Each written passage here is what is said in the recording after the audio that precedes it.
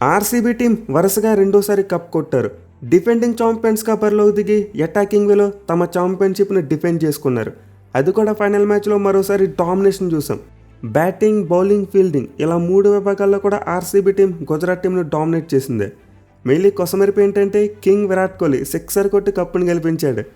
So really RCB team అయితే ఒక epic వేలో తమ ఛాంపియన్షిప్ని డిఫెండ్ చేసుకున్నారు. సిఎస్కే మరియు ఎంఐ జట్ల తర్వాత బ్యాక్ టు బ్యాక్ ట్రోఫీస్ గెలిచిన 3వ జట్టుగా చరిత్రగా ఎక్కారు. సో ఈ ఫైనల్ మ్యాచ్ అయితే చాలా వరకు వన్ సైడ్గా జరిగింది.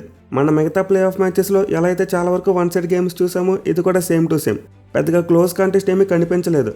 గుజరాత్ టీం తమ హోమ్ గ్రౌండ్లో మ్యాచ్ ఆడబోతున్నారు, ఆర్సీబీ టీంకి గట్టి పోటీ ఇస్తారేమో అనుకున్నాం, కానీ అలాంటిది ఏమీ కనిపించలేదు.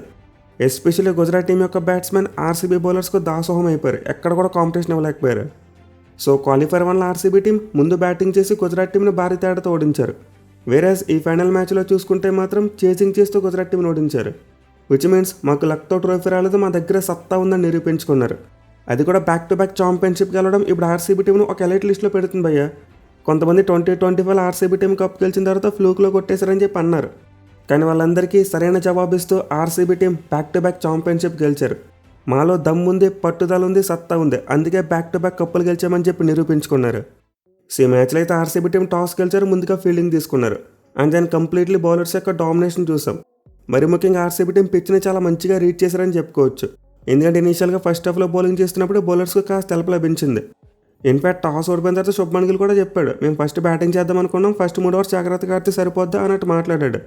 కానీ తేరా చూస్తే వాళ్ళు బ్యాటింగ్ స్టార్ట్ చేసిన తర్వాత గేమ్ ప్లాన్ అలా కనిపించలేదు. వాళ్ళైతే ఆర్సీబీ బౌలర్స్ని అటాక్ చేయడానికి వెళ్ళిపోయారు. సో జీటీ ఓపెనర్స్ అయితే రైట్ ఫ్రమ్ ది స్టార్ట్ కొంతవరకు స్ట్రగుల్ అవుతూనే బ్యాటింగ్ చేశారు. ఫస్ట్ ఓవర్లో మంచిగానే బౌండరీస్ వచ్చాయి, బట్ ఆ తర్వాత చూసుకుంటే మాత్రం భూమి బౌలింగ్ను కొట్టలేకపోయారు. అలాగే యాజ్లూట్ బౌలింగ్లో చూసుకున్న చాలా స్ట్రగుల్ అయ్యారు. ఎస్పెషల్లీ ఆర్సీబీ బౌలర్స్ క్విక్గా పిచ్ని అంచనా వేయడం చూసాం. అంటే ఎప్పుడైతే శుభ్మన్ గిల్ ఆ బ్యాక్ ఆఫ్ లెంత్ బాల్ కొట్టాడో వెంటనే ఆ లెంత్ వేయడం మొదలుపెట్టారు. ముందు 2 ఓవర్స్లో చూసుకుంటే స్వింగ్ కోసం వెళ్ళారు, అంటే ఎక్కువగా ఫుల్ లెంత్ బాల్స్, అలాగే గుడ్ లెంత్ బాల్స్ వేశారు. బట్ శుభ్మన్ గిల్ వికెట్ పడిన తర్వాత మాత్రం ఆ లెంత్లో అడ్జస్ట్మెంట్ చూసాం, ఎక్కువగా డెక్కని ఇచ్చేయడం మొదలుపెట్టారు. సో లాస్ట్ మ్యాచ్లో సెంచరీ కొట్టిన శుభ్మన్ గిల్ థర్డ్ ఓవర్లో అవుట్ అయిపోయాడు. అండ్ మరోసారి ప్రూవ్ అయింది శుభ్మన్ గిల్ ఫైనల్ మ్యాచెస్లో సరిగ్గా పెర్ఫామ్ చేయలేడని చెప్పి. అంటే ఇప్పటివరకు తన కెరియర్లో చూసుకుంటే బిగ్ ఫైనల్ మ్యాచెస్లో ఇప్పుడు కూడా మంచిగా పెర్ఫామ్ చేసింది లేదు. ఆ 2022 ఐపీఎల్ ఫైనల్లో నెమ్మదిగానే రాజస్థాన్ టీం మీద కొట్టాడు. బట్ మిగతా ఏ ఫైనల్ మ్యాచెస్లో కూడా శుభ్మన్ గిల్కు చెప్పుకోదగ్గ స్కోర్స్ లేవు. ఇక గిల్ అవుట్ అయిన తర్వాత 1 డౌన్లో చూసుకుంటే గుజరాత్ వాళ్ళు నిశాంత్ని పంపారు, బట్లర్ని పంపలేదు. అండ్ దీన్ని బట్టి మనం క్లియర్గా అర్థం చేసుకోవచ్చు, గుజరాత్ టీం అప్పటికే బ్యాక్ ఫుట్ మీదకి వెళ్ళిపోయింది, అంటే లో ఆన్ కాన్ఫిడెన్స్ కనిపించారు. ఎక్కడ మరో టాప్ ఆర్డర్ బ్యాట్స్మెన్ అవుట్ అయిపోతే ఇబ్బంది పడిపోతామేమని చెప్పి పంపలేదు బట్లర్ని. అండ్ ఇదైతే బట్లర్ మీద చాలా నెగిటివ్ ఎఫెక్ట్ చూపించింది. ఎందుకంటే గిల్ అవుట్ అయిన నెక్స్ట్ ఓవర్లోనే సుదర్శన్ అవుట్ అయిపోయాడు, అది కూడా భువనేశ్వర్ కుమార్ షార్ట్ బాల్తో అవుట్ చేశాడు. మెయిన్లీ జీటీ ఓపెనర్స్ ఇచ్చిన 2 క్యాచ్లు కూడా ఆర్సీబీ ఫీల్డర్స్ చాలా మంచిగా తీసుకున్నారు. అంటే పడిడార్ పరిగెత్తుకుంటూ వెళ్ళి క్యాచ్ తీసుకోవడం చూసాం. అండ్ ఆల్సో జితేష్ శర్మ కూడా వెనక్కి పరిగెత్తుకుంటూ వెళ్ళి క్యాచ్ తీసుకున్నాడు. సో పవర్ ప్లేలో అయితే ఆర్సీబీ టీం యొక్క బౌలింగ్ బాగుంది, at the same time fielding అంతకంటే ఎక్కువ బాగుంది. ఏంటంటే వాళ్ళు మ్యాచ్ చేసేంతం కూడా ఫీల్డింగ్ చాలా బాగా చేశారు, ఎక్కడ కూడా క్యాచ్ డ్రాప్స్ అనేవి చూడలేదు మనం. సో దీంతో గుజరాత్ టీంకి అయితే పవర్ ప్లేలో ఎక్కువ రన్స్ రాలేదు, at the same time wickets కూడా కోల్పోయారు. అంటే వాళ్ళు కేవలం 45 పరుగులు మాత్రమే చేసి 2 వికెట్లు కోల్పోయారు. పర్టికులర్గా జీటీ టీంకు ఇన్ఫామ్ ఓపెనర్స్ ఇద్దరు అవుట్ అయిపోవడంతో బట్లర్ డిఫెన్సివ్ మోడ్లోకి వెళ్ళిపోయాడు, చాలా అంటే చాలా స్లోగా బ్యాటింగ్ చేశాడు. సో పవర్ ప్లే తర్వాత చూసుకుంటే గుజరాత్ బ్యాట్స్మెన్ కంప్లీట్లీ బాక్డౌన్ అయిపోయారు. ఒక 40 బంతుల పాటు ఒక బౌండరీ కూడా రాలేదు. మిలియర్ సిక్దర్ సలాం ఈ మ్యాచ్లో కూడా చాలా మంచి బౌలింగ్ చేసి ఎర్లీగా వికెట్ తీయడం చూసాం. అంటే తను వేసిన సెకండ్ ఓవర్లోనే నిశాంత్ వికెట్ తీసుకున్నాడు. అండ్ దెన్ అక్కడ నుండి చూసుకుంటే జీటీ టీం ఇంకా కంప్లీట్లీ బాక్డౌన్ అయిపోయింది. సుందర్ మరియు బట్లర్ కలిసి చాలా అంటే చాలా స్లోగా బ్యాటింగ్ చేశారు, కేవలం స్ట్రైక్ రొటేషన్ మాత్రమే చేశారు, అటాకింగ్ బ్యాటింగ్ చేయడానికి ఎక్కడా ప్రయత్నించలేదు. సో ఇంతో గుజరాత్ టీంకి స్కోరింగ్ రేట్ చాలా పడిపోయింది. 12 ఓవర్స్ అయ్యేసరికి కేవలం 73 పరుగులు మాత్రమే కొట్టారు, అంటే ఆల్మోస్ట్ 2 బాల్ స్కోర్ మాత్రమే కొట్టారు. బట్లర్ స్ట్రైక్ రేట్ చూసుకుంటే ఆల్మోస్ట్ బిలో 8కి వస్తుంది. సో ఇంత ఒత్తిడికి గురైన అతను ఒక అన్లైక్ బట్లర్ షాట్ ఆడడం చూసాం. అంటే కృణాల్ పాండ్యా బాల్ వేయకముందే బట్లర్ స్టెప్ డౌన్ అయ్యాడు. దీంతో వెంటనే కృణాల్ పాండ్యా అది గమనించాడు, outside off stump ball వేశాడు. అండ్ జితేష్ శర్మ చూసుకుంటే ఎక్సలెంట్గా బాల్ని కనెక్ట్ చేసి స్టంప్ అవుట్ చేశాడు. సో విధంగా ఆర్సీబీ టీం అయితే డామినేట్ చేసుకుంటూ వెళ్ళిపోయింది. ఎక్కడ కూడా గుజరాత్ టీంకు గేమ్లో కంబ్యాక్ ఇచ్చేందుకు అవకాశం ఇవ్వలేదు. అయితే బట్లర్ అవుట్ అయిపోయిన తర్వాత హర్షద్ ఖాన్కి ప్రమోషన్ అవ్వడం చూసాం. అతనైతే తెవాయితే కంటే ముందు వచ్చాడు అండ్ చాలా మంచి అటాకింగ్ షాట్స్ ఆడాడు. ఇన్ఫాక్ట్ 2 ఓవర్స్లో బ్యాక్ టు బ్యాక్ 2 సిక్స్లు కొట్టాడు. బట్ అగైన్ జాస్ హేజల్వుడ్ అతను వికెట్ తీసుకున్నాడు. అండ్ దెన్ ఆ తర్వాత చూసుకుంటే ఒక ఎండ్లంగా జీటీ టీం వరుస పెట్టి వికెట్లు కోల్పోతూనే ఉంది. అంటే రాహుల్ తెవాతే వచ్చాడు, కేవలం 7 పరుగులు మాత్రమే చేసి అవుట్ అయిపోయాడు. అలాగే తర్వాత హోల్డర్ మరియు రషీద్ ఖాన్ వీళ్ళిద్దరు కూడా 7 పరుగులు మాత్రమే చేశారు. సో ఇలా గుజరాత్ టీం అయితే కంటిన్యూస్గా వికెట్లు కోల్పోతూనే ఉంది. కనుక ఎండ్లో చూసుకుంటే మాత్రం సుందర్ చాలా వరకు మంచి బ్యాటింగ్ చేశాడు. మెయిన్లీ గుజరాత్ టీం ఆ 150 స్కోర్ మార్క్ని అందుకున్నారంటే దానికి రీజన్ సుందర్ బ్యాటింగ్. ఆ డెత్ ఓవర్స్లో చాలా మంచిగా యాక్సలరేట్ చేసి బౌండరీస్ కొట్టాడు. ఇన్ఫాక్ట్ సుందర్ బ్యాటింగ్ కారణంగానే గుజరాత్ టీంకి లాస్ట్ 5 ఓవర్స్లో ఎగ్జాక్ట్లీ 50 పరుగులు వచ్చాయి. బట్ అయినా సుందర్ యాక్సలరేట్ చేయకపోతే మనమైతే క్యాచ్ కాంట్రవర్సీ చూసాం. అంటే జార్డన్ కాక్స్ డైవ్ చేస్తూ ఒక మంచి క్యాచ్ తీసుకున్నాడు, కానీ థర్డ్ అంపైర్ ఆ క్యాచ్ను నాట్అవుట్ ఇచ్చాడు. ఎందుకంటే ఫ్రంట్ అండ్ యాంగిల్లో చూసుకుంటే అది గ్రౌండ్కి టచ్ అయినట్టే కనిపిస్తుంది. మెయిన్లీ ఫింగర్స్ అన్ని కూడా బాల్కి సైడ్ ఆన్ ఉన్నాయి. బట్ ఎనివే ప్రీవియస్గా లీగ్ స్టేజ్లో ఈ 2 జట్ల మధ్య మ్యాచ్ జరిగినప్పుడు హోల్డర్ పట్టిన క్యాచ్ అవుట్ ఇచ్చేశారు. అంటే అప్పట్లో పర్టికులర్ వికెట్ విషయంలో హోల్డర్ పట్టిన క్యాచ్ చాలా కాంట్రవర్షియల్గా మారింది. థర్డ్ అంపైర్ ఆ బెనిఫిట్ ఆఫ్ డౌట్ బ్యాట్స్మెన్కి అనుకూలంగా ఇవ్వలేదు, బౌలర్కి అనుకూలంగా ఇచ్చాడు. కానీ మ్యాచ్లో చూసుకుంటే మాత్రం ఆ బెనిఫిట్ ఆఫ్ డౌట్ బ్యాట్స్మెన్కి వెళ్ళింది. అయితే ఇక్కడ కొంతమంది అనొచ్చు బాల్ క్లియర్గా గ్రౌండ్కి తగిలింది కదా అని చెప్పి. హోల్డర్ క్యాచ్ పట్టినప్పుడు కూడా అదే జరిగింది భయ్య. ఇన్ఫ్యాక్ట్ ఇంకా జార్డన్ కాక్స్ పట్టిన క్యాచ్ విషయంలో ఒక ఎక్సెప్షన్ కూడా ఉంది. అదేంటంటే పింకీ ఫింగర్స్, అవైతే మనకి బయట కనిపించలేదు. ఈ క్యాచ్ని కనుక మనం సైడ్ అండ్ యాంగిల్లో చూసుకుంటే ఆ చిటికన వేలు బాల్ కింద ఉన్నట్టు కనిపిస్తున్నాయి. అట్లీస్ట్ 50% అయినా బాల్ కింద అండర్నీత్ ఉన్నాయి. దీంతో అప్పుడు అంపైర్ అయితే జేసన్ హోల్డర్ ఏళ్ళు పెద్ద కింద ఉన్నట్టు ఊహించుకొని చెప్పాడు. ఇక్కడ కూడా అలాంటి డెసిషన్ ఇవ్వచ్చు కదా. సో నిజానికి 2 కాల్స్ కూడా బ్యాట్స్మెన్కి బెనిఫిట్గానే వెళ్ళాలి, అంటే నాట్అవుట్గానే వచ్చి ఉండాలి. బట్ కాంట్రవర్సీ ఎందుకు వచ్చింది? అప్పుడు అవుట్ ఇచ్చారు, ఇప్పుడేమో నాట్అవుట్ ఇచ్చారు. అందుకే థర్డ్ అంపైర్ డిసిషన్స్ ఇచ్చే విషయంలో కన్సిస్టెన్సీ ఉండాలి. అంటే మీరు ఒక ఫార్ములాని నమ్ముకుంటే ఆ ఫార్ములానే కంటిన్యూ చేయాలి. అయితే గుడ్ థింగ్ ఏంటంటే ఈ మ్యాచ్లో థర్డ్ అంపైర్ ఇలాంటి మరో క్యాచ్ని కూడా నాట్అవుట్ ఇచ్చాడు. అంటే మనం చివరిలో చూసాం విరాట్ కోహ్లీ క్యాచ్ని శుభ్మన్ గిల్ పట్టుకున్నాడు. అంటే ఇక్కడ కూడా third umpire same formula use చేశాడు. అంటే బాల్ కింద ఫింగర్స్లో బాల్కి సైడ్ ఉన్నాయి. దీంతో అదే పాయింట్ ఎత్తి చూపిస్తే విరాట్ కోహ్లీని నాట్అవుట్ ఇచ్చాడు. సో ఈ మ్యాచ్ వరకు చూస్తే థర్డ్ అంపైర్ ఆ కన్సిస్టెన్సీ అయితే మెయింటైన్ చేశాడు. కానీ ప్రీవియస్ మ్యాచెస్తో కంపేర్ చేసుకుంటే మాత్రం డిఫరెంట్ డిసిషన్స్ చూసాం. అందుకే కాంట్రవర్సీ రైజ్ అయింది. బట్ టు బీ ఫ్రాంక్, ఇలాంటి క్యాచెస్ విషయంలో ఆ బెనిఫిట్ ఆఫ్ డౌట్ ఎప్పుడు కూడా బ్యాట్స్మెన్కి వెళ్ళాలి. అంటే బ్యాట్స్మెన్ నాట్అవుట్గానే ప్రకటించాలి. ఇన్ఫ్యాక్ట్ ఇలాంటి క్యాచెస్ విషయంలోనే కాదు, ఎప్పుడు కంక్లూజివ్ ఎవిడెన్స్ లేకపోయినా సరే బ్యాట్స్మెన్కి బెనిఫిట్ ఆఫ్ డౌట్ వెళ్ళాలి, బౌలర్కి వెళ్ళకూడదు. ఎందుకంటే ఆబ్వియస్లీ బ్యాట్స్మెన్కి ఒక్క ఛాన్స్ ఉంటుంది, అవుట్ అయితే ఇంకా బ్యాటింగ్ కంటిన్యూ చేయలేడు. సో మేబీ డిసిషన్ కనుక ఆర్సీబీ టీంకి ఫేవర్గా ఉంటే జిటి టీం యొక్క పరిస్థితి ఇంకా దారుణంగా తయారైపోయేది. అంటే వాళ్ళకి సుందర్ కూడా ఎర్లీగా అవుట్ అయిపోయిందంటే వాళ్ళ టీమ్ స్కోర్ కనీసం 120 కూడా కొట్టేవారు కాదేమో. ఎందుకంటే వాళ్ళ బ్యాటింగ్లో సుందర్ ఒకటి హాఫ్ సెంచరీ కొట్టాడు, అది కూడా 37 బంతులాడు కొట్టాడు. సో క్లియర్లీ మరోసారి ప్రూవ్ అయింది, జీటీ టీం టాప్ అంటే తొందరగా అవుట్ అయితే వాళ్ళు మ్యాచ్ ఓడిపోతారు. మరి ముఖ్యంగా లాస్ట్ మ్యాచ్లో ఆర్ఆర్ టీం మీద అదరగొట్టిన ఓపెనర్స్ ఇద్దరు ఈ మ్యాచ్లో ఘోరంగా ఫెయిల్ అయ్యారు. దీంతో తర్వాత గుజరాత్ టీం చాలా స్ట్రగుల్ అయ్యారు, కేవలం 155 పరుగులు మాత్రమే చేశారు. ఇన్ఫాక్ట్ ఆర్సీబీ టీం రివెంజ్ తెచ్చుకున్నట్టయింది. అంటే ఎగ్జాక్ట్లీ ఇదే పిచ్ మీద లీగ్ మ్యాచ్లో చూసాం, ఆర్సీబీ టీం ముందు బ్యాటింగ్ చేసి 155 కొట్టారు. అండ్ ఇప్పుడు సేమ్ టు సేమ్ ఈ ఫైనల్ మ్యాచ్లో జీటీ టీం అదే స్కోర్ కొట్టారు. సో అయితే ఖచ్చితంగా ఈ పిచ్ మీద చాలా అంటే చాలా తక్కువ స్కోర్. కొంతవరకు ఈ పిచ్ మీద బౌలర్స్కి హెల్ప్ ఉందన్నమాట నిజమే. మెయిన్లీ స్పిన్నర్స్కి మంచిగా అనుకూలించింది. కృణాల్ పాండే చాలా అద్భుతంగా బౌలింగ్ చేశాడు. కానీ మరీ 155 స్కోర్ మాత్రమే కొట్టే పిచ్ కాదు, అట్లీస్ట్ 185 స్కోర్ని పిచ్ మీద మనం పార్ స్కోర్గా చెప్పుకోవచ్చు. సో ఆర్సీబీ బౌలర్స్ అయితే మైండ్ బ్లోయింగ్ బౌలింగ్ చేశారు. మెయిన్లీ మరోసారి ది మ్యాన్ భువనేశ్వర్ కుమార్ 4 ఓవర్స్కి 29 రన్స్ మాత్రమే ఇచ్చి 2 వికెట్స్ తీసుకున్నాడు. పవర్ ప్లేలో సుదర్శన్ వికెట్ తీశాడు, అండ్ చివరిలో చూసుకుంటే ఆల్డర్ వికెట్ తీసుకున్నాడు. 2 కూడా ఇంపార్టెంట్ వికెట్సే. వేరే హ్యాజ్వుడ్ చూసుకున్నా మరోసారి క్లచ్ ప్లేయర్ అని ప్రూవ్ చేసుకున్నాడు. ఇప్పటివరకు ఎప్పుడు కూడా తను ఒక ఫైనల్ మ్యాచ్లో కూడా ఓడిపోలేదు.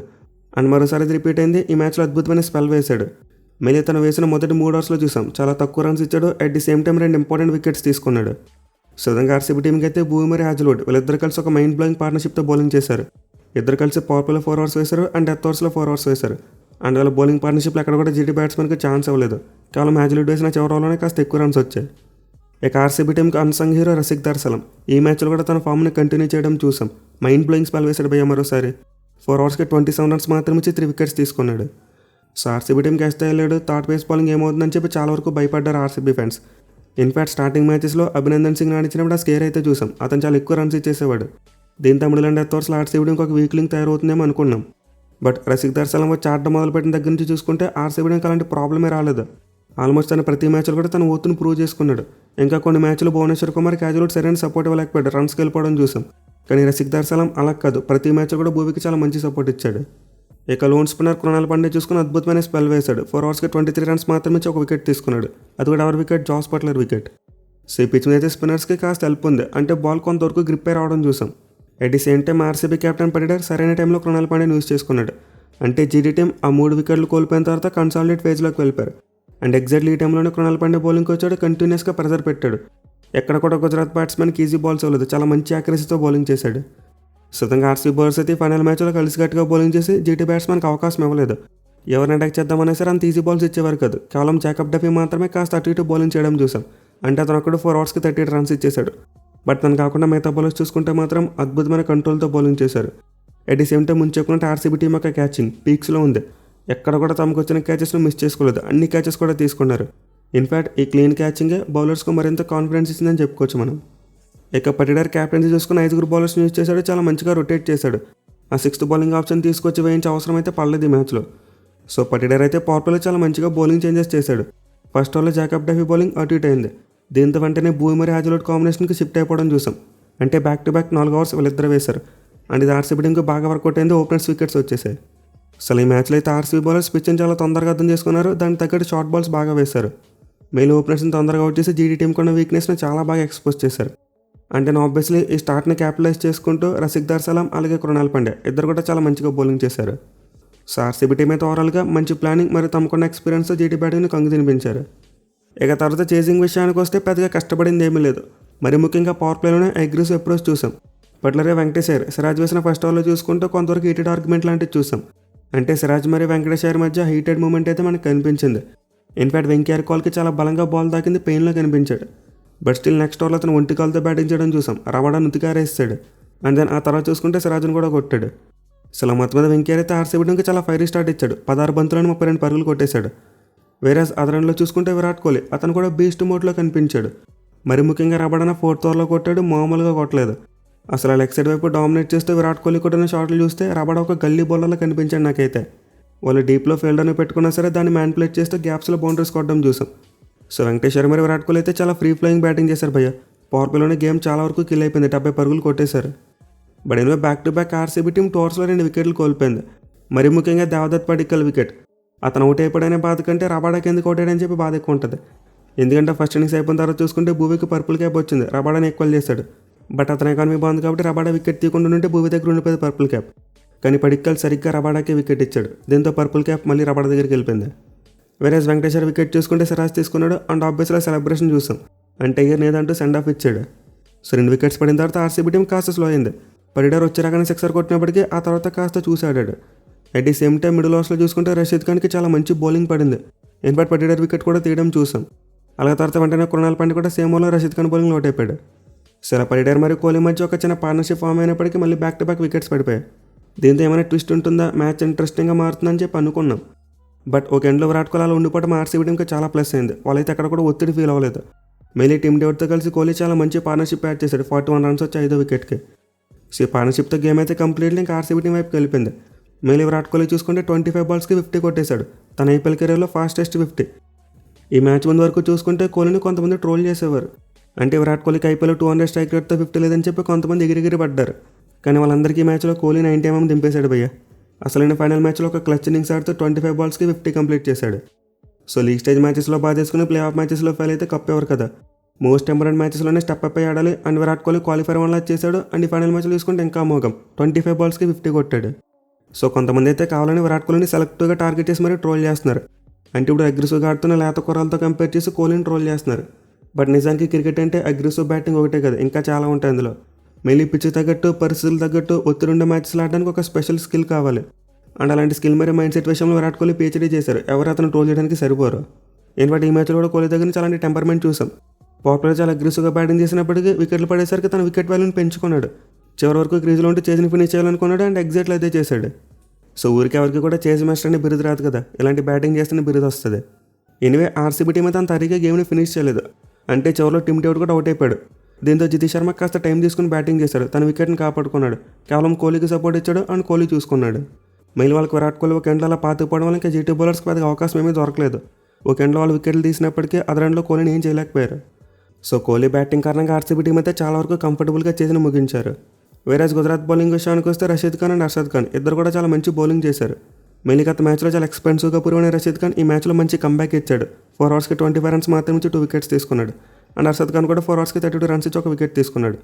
కానీ గుజరాత్ టీంకి ఏది బ్యాక్ ఫైర్ అయింది power play bowling. Both Siraj మరియు రబాడా ఇద్దరు ధారాళంగా రన్స్ ఇచ్చేశారు.